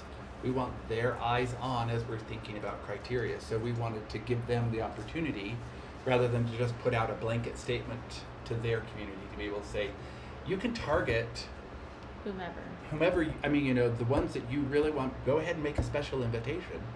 But we don't want it to, we're not intending it to be exclusive. You don't have to be invited in order to show up. So hence the open Will side it be as well. recorded? And that also allows Say that again. Will us- it be recorded? I don't know. I haven't thought about whether it Ryan, would be can you recorded. record Should it be recorded? Our cluster No hablo meetings. inglés. Huh? I said no habla inglés. I don't speak English. On June 1st and 2nd, we're Would- doing them at the high schools. Would it be And we do worth not need recording? them streamed. I just won't be here, so Could we I'd be like able to to see get it. it recorded? Yeah. Gotcha. Whatever my boss says to do, I will do. Darren, We can what's probably right? I figure didn't back in something here. I wonder if we did one. Yeah, I don't Well, know. each, School. It's gonna be different for each one, so. I think it's potentially different from each one. I we hope will it's have it, different. I hope it will need to they be come together recorded because for- it's a public meeting, so. Yeah, if it's a public meeting, it's recorded. I don't know if video, but audio for sure. Okay. So, because Grace is going to Hawaii. Yay for her. We I'm so can also. We did this, we planned this before you guys. You did. all- You did. You did. There is no, Or should we? no nothing Have to have there. the, I promise. Share that out. So that's also another option. Well, I just don't know, yeah, I just don't know. It doesn't, it What's- wouldn't necessarily be. If we're doing it at public. each high school, we're doing 3 high schools in one day, logistically. That's hard. pretty We'll do difficult. it, yeah, but- I think, I think we audio. The audio will be great. We audio record. Okay. Yeah, so and this gives us a touch point. So if you look here, we have a touch point with the community here in phase 1. Our touch point with the community is these cluster meetings, okay? And then we move to phase 2, where we're now narrowing this down, taking the criteria. Jason's gonna be using the tool, right? So we are starting to consider options. In this phase, our educators will continue with those committee meetings, right? With the principals. And so we're gonna add to the committee's ongoing conversations with some principals. It's not gonna be all the principals. It might be the principals that are affected. Right, but we're gonna be inviting principals to sit on those committees with us as we consider options right there. And we're going to have community focus groups to get their input around these Several options. several options and possible options, and to consider things that maybe we haven't considered. And one of the main reasons to continue to involve principals, especially those who are going to be affected, is we don't want any principal to be caught unawares with a question, right? What's happening? The worst thing they could say is, I'm not I sure don't know. exactly. I haven't told me. We want them to be able to say, here's what's happening. I was in the Here's the room. timeline, right? Room where it I'm in happened, the room. room where it happened. Right, and so, in addition to that, we also believe that those principals know their boundaries better than we do. They know their neighborhoods, and we're gonna make better decisions and have better possible options based on their input as well. David? Joe, phase 1, everything's on the table, nothing's been decided. Phase 2, Everything's- Narrowing, Everything's on the table. looking at possibilities. Everything's on the Things are We starting start to with be everything decided. on the table. we're Things are narrowing it down starting by to the be time we're decided. done. To, This is where we've landed. right, Or- Some this is where we're some leaning. dishes, Options. here's some created a dishes, here's funnel. some menu yeah, options. Creating here's now the funnel. menu. I like that. And then phase 3, Is decisions. We gotta make we've got the menu, now we're gonna decide. We have to order. And in between each of these will be committee meetings and discussions, right? Not in On- between, ongoing Ongoing, throughout. okay. Yep. And then we will have, this will be our public hearings at this point. So Phase this is 3. taking Phase almost, Phase 3? yeah, phase 3. So this is almost taking, we're adding phase 1 and phase 2. I think that code requires phase 3. Code requires phase 3. But we are, our goal We are being public with is to phase be, 1 and go phase above 2. and beyond, especially in taking comment on the criteria and the considering options. So this will be and granted in phase 2, that will be a little bit narrower scope for our public comment, these community focus groups, but I think what's gonna happen is in phase 2, we will have to prioritize our criteria. Bingo.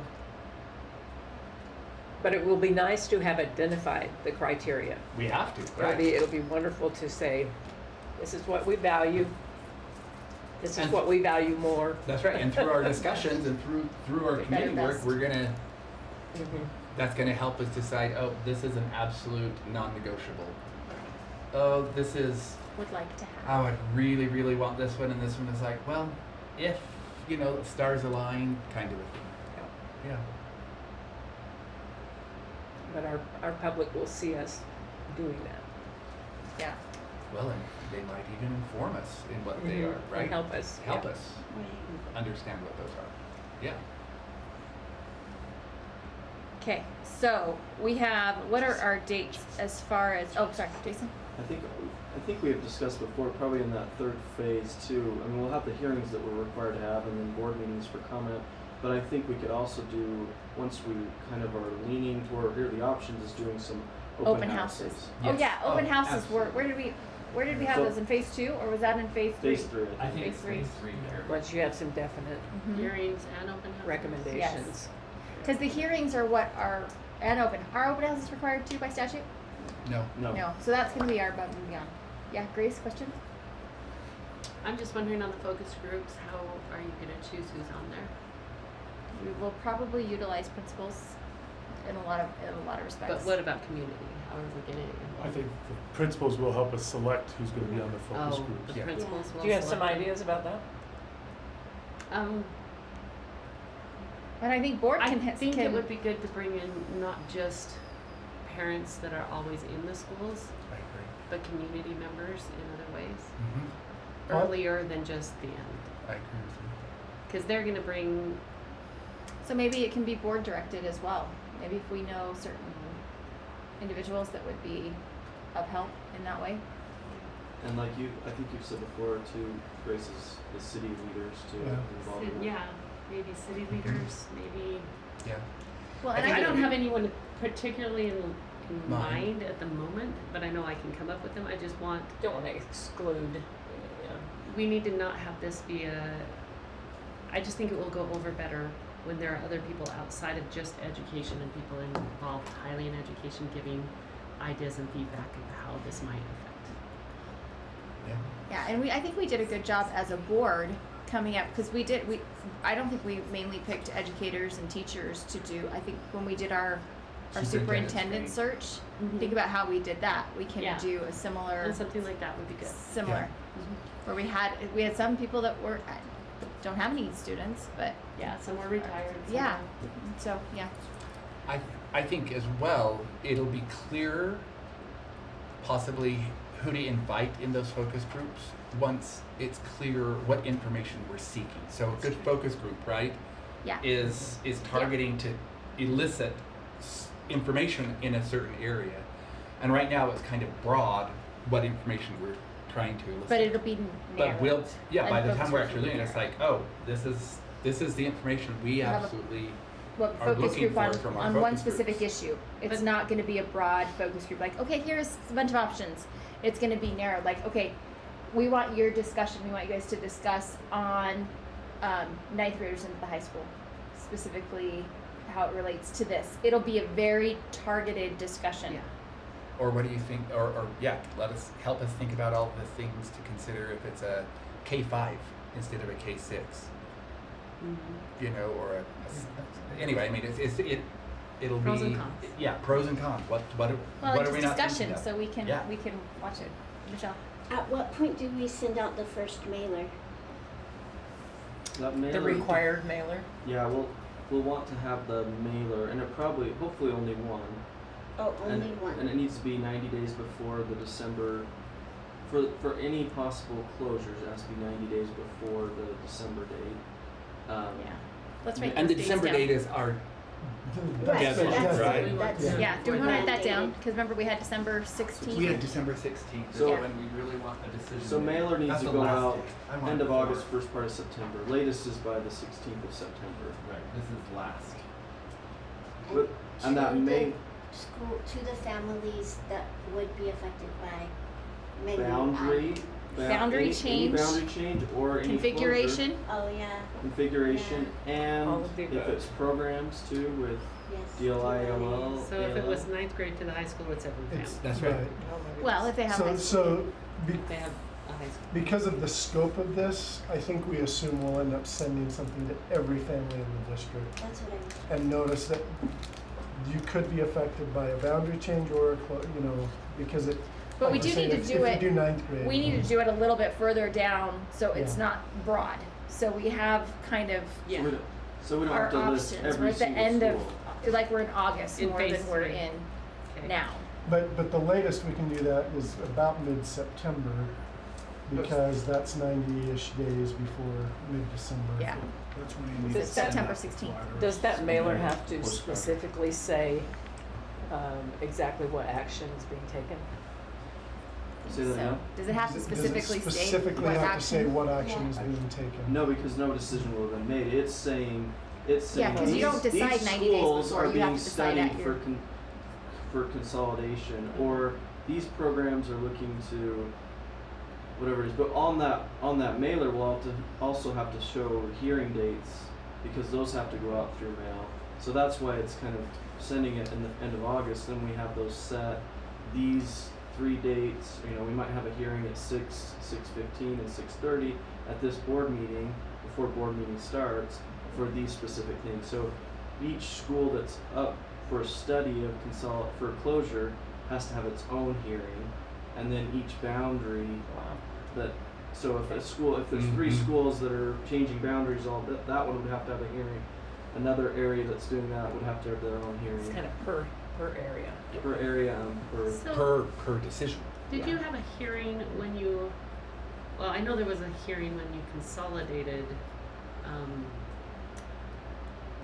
Sharon into Cascade, and you moved some of the kids from Cascade to Centennial. Was that all one hearing, Yeah. or did you do One separate movement. things for the movement part? Well, for the closure part has to have its own, and then for the boundary for that area. There was a second. So they were. had But the- they can They can be They back did to the back. same day. They could be at Yeah. 6. You schedule it at 6 and 6:10 in case somebody at the 6. There's only 2 people. You don't have to wait. You don't want to schedule them at 6 and at 7:30, and Because then then you have it to takes wait. 10 minutes. and Because even can't if you have start. 30 people show up, You can you extend can it. start late, but you can't start early, right? On a public hearing. Can we craft the wording on that, or is it mandated what the wording is? And can we give, It'd be nice if we I had do some not think examples. We do have some, and Katie's the expert over there. No, and You you'll just need listen. to list specific, all of the schools involved in the study by name, because if they're not listed, we have to do another notice. But we do have example postcards, that we've been using, out west, because we've done a consolidation, and all 13 of my schools have new boundaries next year, so. All 13? We have some So examples. we she's can lived bring this for this you. year. Yeah. Yeah. Jason, I think that spreadsheet that Eric made has a link to Yeah. the wording. For the mailer, or for the. We're gonna rely on Katie because they closed Cedar Valley and realigned every did a lot of boundary. boundaries? So she's kind of lived But she only this. did 13, we have 20. 29. 31. Count them all. So is there any other questions or concerns or like seriously, the summer is gonna be busy. So just be prepared for this. There's a lot of moving parts here. I think I canceled my vacation. You did? No, don't cancel your vacations. Just take them in June. Right? Is that what we decided, Joe? Yeah. Then you'll June's have a good everything time else to- open. 'cause a lot of people are gonna be gone in June. What is your thought around people saying, well, you did this in the summer when we didn't know? How do we counter that type of we just really need to be communicative. How are there ideas of how we can really? If we, go ahead. I'm just wondering, is there a way we can send, would Alpine help us out, that we could send an email to all the parents reminding them that we have started, MOABS, the Mother of All Boundaries Study, so that they are all aware if they get it, Yeah. at least to their email? They know And we've started something, and to please maybe send them but somewhere where they can. Or Well, text. and Yeah. the point is, we can Yeah. alert them here. We're not trying to hide anything. We want to give. We No, want them to know. that's not what I'm saying. We're not hiding anything, but But to it actually is the get it out. summer. It's a summer. So a lot of people And don't we know. check just out. want to make sure I've got people your know. point. But we text, email, and some people don't do email, I understand. Text, email, Facebook, Instagram. There's no reason. And I will work with It's not like- Alpine and just, we'll Can see if We have a can- flyer that we pin to the We can kids' use shirt Alpine that's sent at home. texts. Yeah, school text, like a school text. But I think that's a great idea to do. Isn't that the available email through is the Apogee? most to do right away. Yeah. And text. A lot of people don't read emails. I haven't clued into that feature, but yes. You can even text saying we sent an email, so go look for it. True. Yes. Okay. That's I just want us to be Very. very proactive. proactive and communicate. Well, if we Absolutely. send an email, then when we get an irate parent or somebody, we can resend the email to them and say, hey, I just sent it to you again, this is what. And then they'll know that we had Check tried to your contact. I found that parents generally calm down when they realize we've tried to contact them and tried to do The it. effort has been made. And if they just didn't see Yeah. it, then it's a, oh, okay. Yeah, and Yeah, if let's we make the effort. involve our cities, as we have Oh, true. also Yeah. talked Letting with the city each one choose of them. Good. On the Okay. newsletters. Thank you, Yeah. everybody. Yes. So we've met with 3 cities now. And they've Yeah. all said that they would promote Yeah. and get out what our message is. So that will Vineyard be is a another- possibility for May 26th, so if you just want to put that on your radar. Oh, okay. Oh, for Is that the Tuesday? the final. Yeah. Alpine has been great to support us on many of those types of things, like the communication with PG parents on the Deerfield issue. I'm confident we can get them to Yeah. help support. Okay. in These that are all as good well. ideas. Thank you So for it's- calming It's a that great question, that though. Concern? concern. Yes. I've got a really important question. What flavor are the yellow? Banana. Ugh. Mine's That's what. the- That's why Blue I was. raspberry. Yeah, Blue raspberry. Blue raspberry. It's lemon. I was hoping it was lemon. I was like, there's too many of them. People don't like banana. That's why there's too many of them. Banana. I'm bypassing the blue. I don't like Is the vineyard an afternoon or lunch? It's right before they're similar to the Linden one, It's so not it'll just set be yet, at but 5. it's possible. It's A tentatively possibility. the 26th at 5 o'clock. Okay.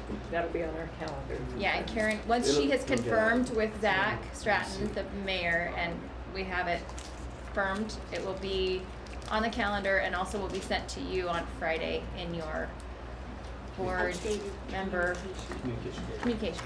Yeah. That's delicious. Those yellow ones are delicious. As you spit it out in the garbage can. I know. Awful. Really, Sydney? No, I'm eating it. Okay. It's an empty wrapper. Okay. Okay, good. All right, any other considerations or thoughts that you guys have had? Those thoughts you've woken up at 4 in the morning with that you think, oh yeah, we need to talk about that with this boundary study. Let's just not get stuck. Let's do Plow? this. Plow Let's it? do this. We Well, gotta do this. I'd love to have some conversation, or at least put out on the table to make us wave. If we're not feeling overwhelmed yet, then we haven't understood what we're doing. I will say this, on Monday when we met and we started thinking about what this is really gonna look like over the next 120 days, Oh. I think all 4 of us kinda had a moment where we said, Oh. whoa, this is gonna be a lot. Because there's a lot, I mean, and we've got these nice communities that are, elementary and secondary, as if those worlds don't collide and intersect, and they do. And there are conversations around what's happening at the elementary that is going to have impact on what's going to happen at the secondary and vice versa. So there's a lot going on. And one of the things that, the conversation that I'd like to at least think about and start asking ourselves is, Joe was wondering, hey, maybe we make decisions now, but we implement in phases in terms of, and the more I thought about that, the more I was thinking, how do we implement, if Half the 9th graders go 1 year. that's right. Half the other, Next year, the last year, the last six. we really are doing some of these things because we've decided, yep, it's going to be a K-5. where did the 6th graders go? And if we When haven't did they moved the go? 9th grade, I mean, do you know what I mean? There's such interconnection going on that I don't know how the phases work, but I like the idea. But there's a lot of implementation that is So would it be good to big. maybe reach out to Nebo School District that has actually done changes in 9th grade and different grades to different schools, and the good, the bad, and ugly of how they implement it? At least some interviews, Well, conversations. My thought on that too is Provo's tried to close a couple, and there's been several KSL articles about those closing and how the pushback, and have we considered how they've done it and the pushback they're getting to see if we can proactively, I don't want to say avoid, we're not going No, to. we're doing this. Did they do this? No. What did they Well, do? it's That's my thought. So again, Is that's all they did. that here is what the law requires mostly. And that's what Provo did. Well, no, I don't know. we don't know. I think We it'd don't be know what they interesting did. to reach out to Provo, reach out to Nebo, because they both experience things that we either are interested in or not interested in, Provo, and maybe we can learn something from them, you know? So the reason I'm so interested in Nebo, What, are you from? Yeah, I live in Provo, so from a patron perspective, Okay. I've seen what they've done. And I will say KSL didn't start covering it until the headline read, they're considering closures, when they sent multiple things that I read, because I read those emails, but my wife said, I don't read those emails. I said, well, I read emails. And they were saying the kinds of things we're talking about saying, like, we're having these meetings, we're going around to our schools. Phase we're 3, having- phase 2, So- phase The 1? kind of, I it read wasn't the reported. emails very similar to the notion of like, decisions have been made, everything's on the table, and they're sending emails out saying, we're coming around the district, we're having public meetings, we're having these conversations.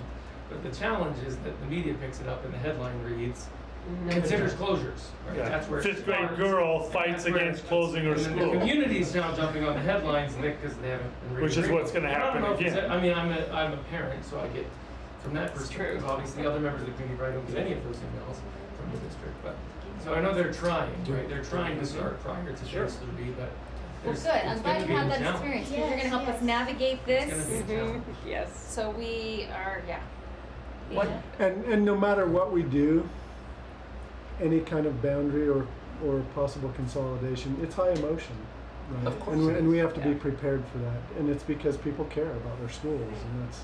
Yeah, I don't, to build on that, I don't think we can expect or define success as, oh, No, everyone's everybody's happy, or there's no opposition, or fill in the blank. It's like, no, these are, Success is, did we get to our criteria? right. Yeah, because I expect feedback and pushback and high emotion. I had, We yeah, are, and that's what I'm saying, we are. I had one educator, whom I highly respect, reach out to me and say, if you have a question, a survey is a good option. If she was thinking of the 6th grade going to, moving into a 6, 7, 8, she said, well, survey the 6th grade teachers and you'll see what they think. Yeah, that would be one piece of it. That, you know, right? if That- there's a specific thing, a piece of information that you need, she said, survey. So, Yeah. I don't know. What do you think? Every Wednesday. And the tools to aggregate information through survey is just so drastically improved than even just a few years ago. I too. think you could do So it we do want quickly. targeted because you want answers to specific questions and see how they answer, but you also want to give people the opportunity for open feedback. And we can aggregate that stuff better than we ever used to be able to. So there's opportunity and we'll have to push it out and see what kind of responses we get. Most of the people that really care will be watching and seeing early on, but you know, no matter what, at the end when the decision affects somebody, They're gonna pay more attention. I mean, I would pay more attention. when it's your school. It's not them, it's, I do the same. How do we get 9th grade and 6th grade student feedback? Because what we're doing is affecting them more than anybody.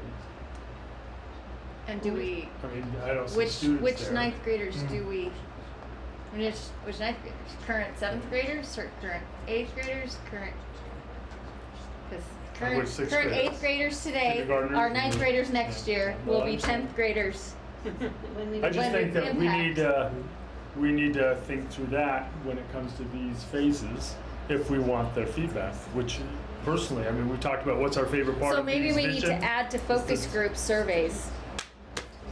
and students. Well, surveys can be surveys going could to be any number of anybody. things, right? Yeah, No, David. I would say Jen down by and I focus just groups. listened to some seventh graders debate the ninth grade going to the high school, pros and cons, and what actually happened. It was fun, actually, watching them do it. What was your impact there? What did you Did they, As far as. Not who did the best, but Yeah. What did were it the arguments? change your thoughts at all?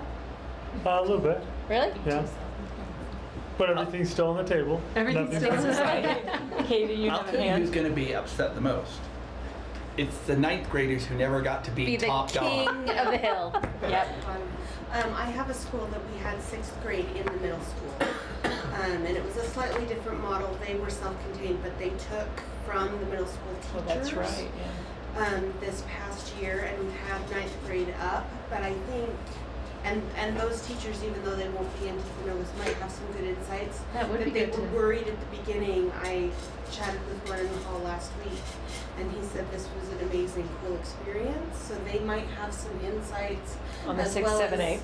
as well as those students that were sixth grade, still technically part of that elementary school, but they were on that junior high campus.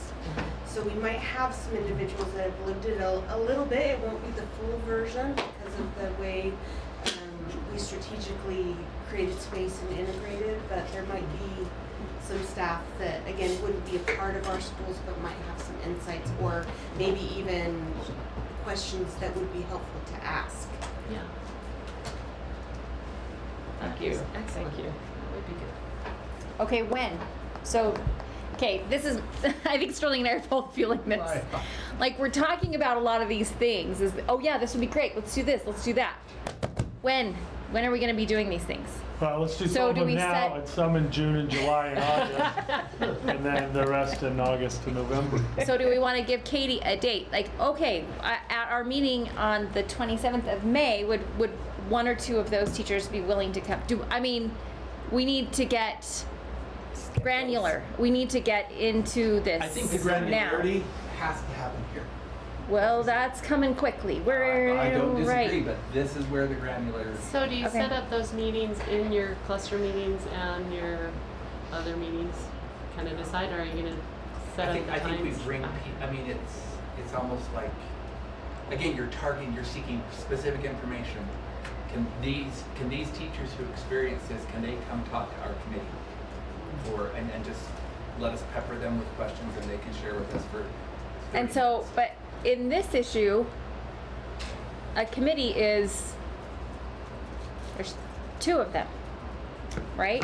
Yes. So then in that Okay. case, then I think we need to pick out which issues are going to be cross-contaminated with the two committees. So then we do those in an open meeting so we can have all people, all board members there, right? I don't know. I honestly, I wonder if we might, ultimately, we need to find a way to communicate between the committees. Yeah. Yeah, well, Right? that would be us. There's got to be a flow of communication between the committees, and we can't. I mean, it's just so. This has nothing to do with lack of transparency, but it's just hard to then always have open meetings to communicate about things that are going on in the committee. We've Well, so got to that, find I think that probably is going to mechanism. fall to me and you then during leadership meetings. That's what I would Being able to bring this and bring that. And then I bring back to this committee, this is what the issues and the conclusions or, thoughts from the elementary, and you would do the same from the secondary. Do we want to just structure it and say each committee is going to meet weekly? I don't know, are we there? Yeah, I think Weekly. we're I there. think we have to meet. And then say there's a joint, at the end of 3 sessions, there's a joint meeting? Well, we just have our already scheduled We've board already got our meetings. regularly scheduled board meetings. So we just, that could at be that a point, joint, that's right? when we're doing our joint. Yeah. Okay. That would be our work sessions. Mm-hmm. But are we Yeah. gonna Quite just honestly. keep it to one a month through the summer, or are you gonna do 2 a month? No. I don't think You don't think too? After No, Monday. I said I don't think so. I think we'll need to do Yeah. two. That's what I was thinking. After Monday, after our I was just like, we've got to meet twice a month. That's So- what I'm thinking. Yeah. So twice a month is different from Also, we need weekly. to change in the fall. No, And no, I no. feel bad because. Board meetings. Board meetings. Oh, okay, Board, okay. I think we've got to have board Okay. meetings twice a month so that we Thank you. have that as our point of contact. but then Okay. committee meetings weekly. And maybe work session. Okay. Jason? So I think, because we are scheduled, we already approved for the one on the 27th, right? We're Yeah. set there. Yes. And there's the ones we've already kind of, okay, we need to change, what was it, October and November? or December.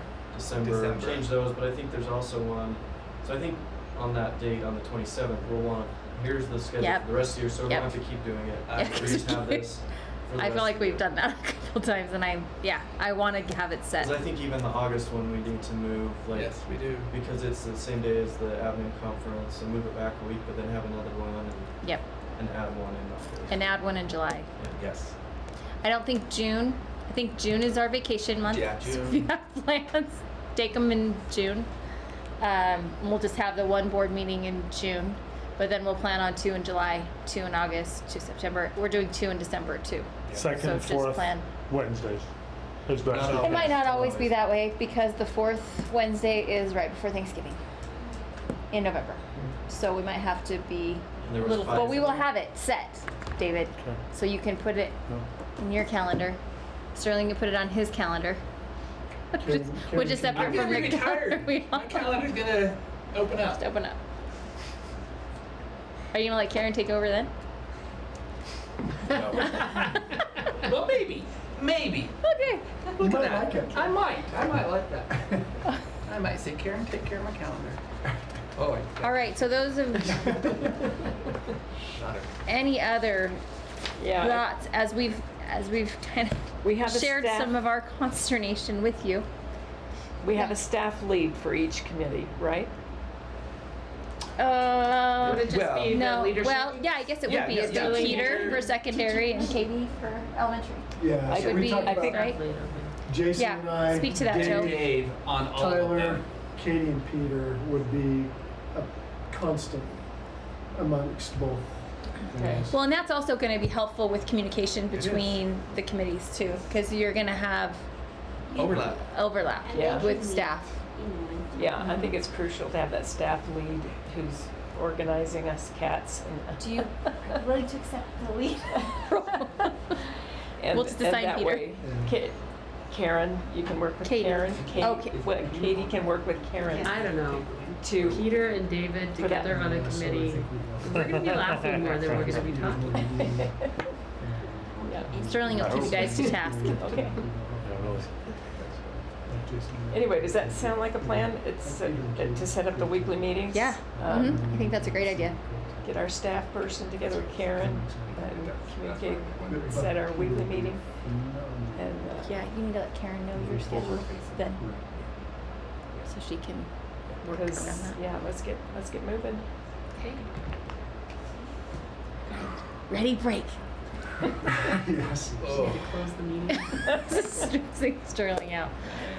Okay, any other thoughts, comments from the board? Just be thinking about implementation. Look for insight. How are we going to implement? In terms of when? Well, I'm not sure what you mean. Phased or not phased? Are we We're gonna- ripping off we're the gonna do- Band-Aid or is it slow? Yes. Oh, Or Well, or like even if this? we make all the decisions, is it really even possible? Is it feasible to do all Right. that we think we need to I think do we need to think all in 1 year? not so that would determine that's not making a decision, but we can make a decision. But we can tell them But the do we phases. I mean, can we really implement all in July of 2027? Okay. I think we hired Superman who can do anything. That's right. We That's did right. hire Superman. Right? And balance the budget. And balance the budget. Balance a budget while we're doing it, yeah. Well, the thing is, our work is crucial to balancing the budget. We have to do it. We have to give this guy some wiggle room.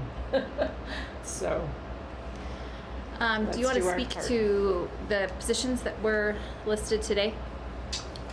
Sure, we posted 10 other positions. Director positions. Director positions. Some examples. Yeah, so Special ed. student services, special ed director, Legal counsel. legal counsel. What are the other areas? Transportation, What am I forgetting? Research. Professional learning. research. Yes, research and evaluation. Yes. I might have taken that one. You can't. Then you have to. Do you know how many you have to years actually- it took Alpine School District to get legal counsel? More than 100. Like a long time. In-house. Okay, any other comments or questions from the board? Okay, seeing none, I will call this meeting adjourned at our work session at 5:46. Stop the recording. Do we have to vote? I don't think so. Okay. Aye. Not on a work session.